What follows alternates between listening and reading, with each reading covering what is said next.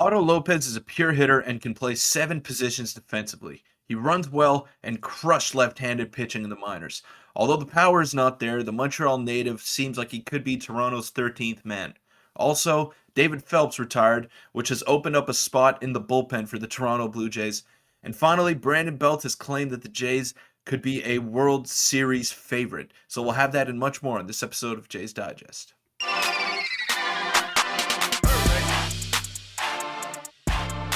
What's up, Jays fans? I'm your host, Peter Vryonis, alongside host Nick Gosse. We've got a lot to get into today, but we want to thank you all for the support that we've gotten in the new year so far. It's been unreal. Hopefully, we can keep it going all off season long and into the season as well. And we just want to thank you before we get started. Yeah, it's been great. We're so close to 6K subscribers. We're less than 100 away, so make sure to smash that subscribe button if you enjoyed the Daily Jays content. But without further ado, let's get into the first topic, which is the potential Blue Jays secret weapon going into next season, which is, as you said in the intro, is Otto Lopez. Now, I'll pop up this tweet. We have a few tweets to go over and a few screenshots. This is from Brendan Delaney. He says, Otto Lopez slashed 381 in 125 plate appearances against left-handed pitching last season in AAA. Although I want Robbie Grossman, Lopez does fit a need. So before I showed some other screenshots, Peter, what are your thoughts on Otto Lopez as being kind of, the fourth outfielder that we could use, assuming we don't get Robbie Grossman, which it doesn't really seem like is going to happen right now. Who knows? But what are your thoughts on Otto Lopez as a whole and what you've seen from him in his brief time in the majors? Yeah. Well, that's what I was going to touch on. Although it was a brief stint that he had late in the season, I remember that 2-game series against the Baltimore Orioles to kind of just cap off the regular season, and he looked great. His bat to ball skills were there. Defensively at shortstop, it didn't look anything spectacular, but he won't be playing there, so we don't have to worry about that. But he looks like he runs the bases well. His bat to ball skills are there. He doesn't strike out, and just seems like a good fit. Although I think a lot of people, including us, Nick, are overlooking Whit Merrifield as a potential fourth outfielder because yes, we want him to play second base and we want him to kind of get comfortable and get into a rhythm over there. But he can also slot in very nicely as a fourth outfielder, and they have a wealth of options at second base, whether it be Santiago Espinal, Kevin Biggio. Those guys got to play as well. So Whit Merrifield is not going to play 162 games at second base, so I don't know if Otto Lopez necessarily surpasses him on the depth chart. Yeah, that's a good point, and there's an article here that touches on that briefly. But yeah, Whit Merrifield's a very good defender in left field. Can play outfield very well, very good contact hitter. But let's pop up this screenshot here. This is from the Blue Jays. I believe it's the Blue Jays Nation article they had on Otto Lopez, basically saying he was signed in 2016 to the international free agency period, meaning that the 24-year-old second baseman / center fielder has played 6 seasons in the organization, and in 2018 he spent the majority of the season in short A, where he hit 297 with 3 homers in 206 plate appearances. Now the reason I showed this is because back in 2018, and it's kind of continued throughout his minor league, and brief major league career, the thing with Otto Lopez is he hasn't flashed much power at all. It's mainly just contact, and obviously he had that, I believe, 4-hit game with the Blue Jays. And I'll pop up another screenshot here. Lopez is an excellent hitter who can hit the ball around the zone and uses all fields. He doesn't strike out a lot, and he has a solid eye at the plate. However, he lacks significant power and doesn't have much projection remaining in his frame. Despite that, Lopez is a quick runner and uses his speed in the base path. He has a fringe average arm and has the range to play both center field and second base. So do you have any thoughts on that? It looking like he can play. He's very fast, contact hitter, almost similar to Whit Merrifield, though Whit Merrifield obviously probably has a bit more power. But I don't know. It's very, very interesting, especially the fact that he mashes lefties in the minors. Yeah, absolutely, and that's the big key on him, and that's probably a big reason why he's still in the Jays system. The power's not there. I don't think it's ever going to be there. He's 24 years old, so this is typically when a prospect figures it out and shows that they're finished product. And a finished product who hits 280 with not much power and can play all over the diamond, that's solid. Teams need a guy like that. So I wouldn't be surprised if he does make the club over maybe Aroldis Martinez or Addison Barger before. So I wouldn't mind him getting a chance, but I still think Whit Merrifield is the best option, and the Jays should maybe look for some more power for that 13th spot on their bench. Yeah, and that's the big thing is power. We don't obviously we have a fair bit of it, but that would be nice. And a couple last screenshots, and this is kind of alludes to what you just said.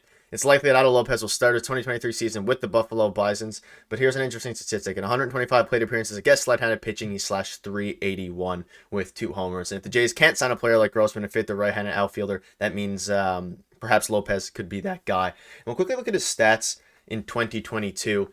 So in the Dominican League, the Winter League, he hit 304 with a 733 OPS plus, and obviously in his brief stint with the Jays, he hit 667. But you know, he had a really good Dominican Winter League season, or I guess few spurts of games. So I don't know. He's probably up next. He might be, especially if an injury Yeah. happens, he could be the option. But the lack of power at that fourth outfielder spot kind of reminds me of Ramel Tapia a little bit. Yeah, well, that's the thing. Like he hit 304. That's excellent, right? You'd think the guy has an 800 plus OPS. It's in the 700s. Yeah. So that means he's still getting on base at a pretty good clip. Probably I don't know what the stat read over there, Nick, but it was probably around like 50. Yep. 350-ish. 353. 3 Yeah, 353. So that's really good on base, and that means he's got a good eye. He's patient. He doesn't chase many pitches, but then the slugging, it's not even cracking 400. Yeah. So that's the big issue. And to play in the major leagues, you need power, and there's nothing wrong with being that good of a hitter and being a career minor leaguer. 99.9% of baseball players don't make it there, but to make it to that next level, you got to have a little bit more in the tank, and I just don't know if Otto Lopez has it. And that's the question. You can see very little home run numbers there. So it'll be interesting to see.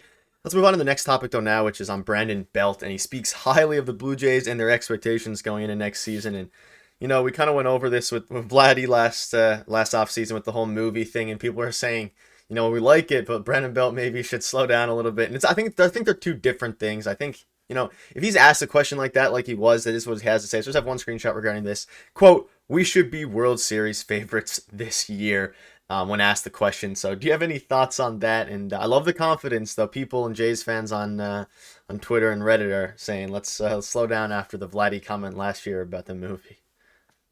Sorry to break it to Brandon Belt, but they're not World Series favorites as it currently stands, and we don't know what the team's going to look like in October. And the biggest problem is that you just need to get there. You just need to get to October and see what your team can do come playoff time.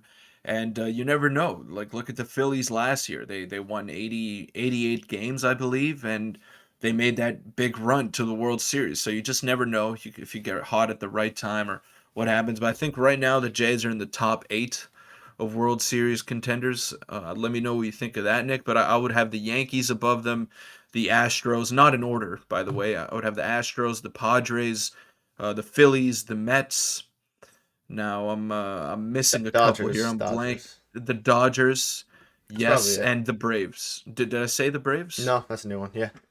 Okay, yeah, that's the Braves. So those 7 teams, I think, are just a little bit ahead of the Toronto Blue Jays, but there's no doubt that they're in the upper third of MLB teams and can make a run if they get hot at the right time and everything is clicking for them. Yeah, I wouldn't say they're when I think favorites, I think of top two, top three, and I don't know if the Jays are there yet. I would probably put them in the top five, though. I'd have to think about it more. Maybe we can discuss that in a future live stream. Yeah, I think we're ahead of the Yankees right now. That's just because I don't know. I'm not a huge fan of what the Yankees have done besides Aaron Judge, and the Frankie Mantas injury has been a thing as well. But this is something we can discuss.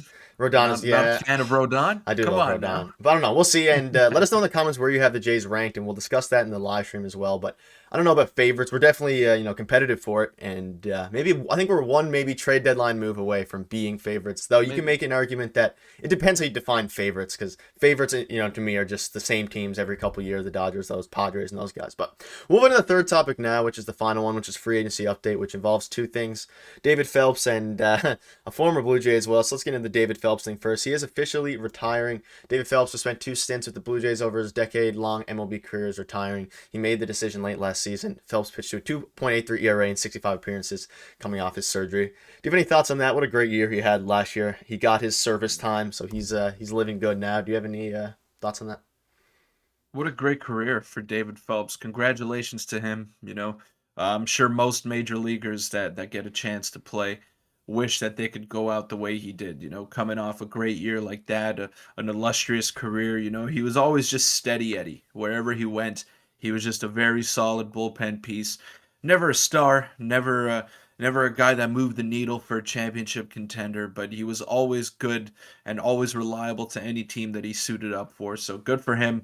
It sucks to see him go, but it opens up a spot in the Blue Jays bullpen for one of those tantalizing arms that are coming up, whether it be in the minor leagues or through free agency. Yeah, maybe an Alex Reyes, maybe Yasser Zueletta. We'll see. And yeah, congratulations to David, and hopefully I'm sure he will love his retirement. Final screenshot: Raimel Tapia to the Red Sox in a minor league deal. Now, very quickly before we wrap up, do you have any thoughts on the fact? Obviously, going to the Red Sox is hilarious because he hit the grand slam off of them. It's only a minor league deal, which I thought he'd be able to get a big league deal as a fourth outfielder spot, but someone tweeted, I don't have the screenshot. It was like, I'm surprised that Toppy got a minor league deal. Then I remembered he can't really hit and can't really field, which was a bit harsh. But what are your thoughts on the minor league deal? Well, he's gonna make the team because they don't really have anybody. The now Kike Hernandez has to play shortstop every day for them because of the Trevor Story injury. So Raimel Tapia is gonna get a lot of playing time, similar to what happened in the Blue Jays, just out of necessity, And he's not the worst guy to have on your team, but he doesn't do anything particularly well besides maybe run the bases. So I wish him all the best. He tears the cover off the ball in Fenway Park, so if he can keep that going, that's good for the Boston Red Sox. And what I found funny on that tweet over there by John Heyman is that usually he credits who was first with the deal, and he says first Raimel Tapia on his IG accounts. I found that funny. I always find John Heyman's tweets super funny because they're always rushed and they're all like in lowercase, and it's just guy's just a meme. Yeah, there's lots of jokes out there about his misspelling of players, but I digress. He does a good job reporting. But at the end of the day, that's He gonna does. wrap up the He video. does. It's been a action-packed video. Season's just around the corner. Where catchers and pitchers are reporting, I think in 20 days, something like that. So there'll be lots of content for you. And thank you for the support. Make sure to hit the subscribe button, and we'll see you tomorrow. Thanks.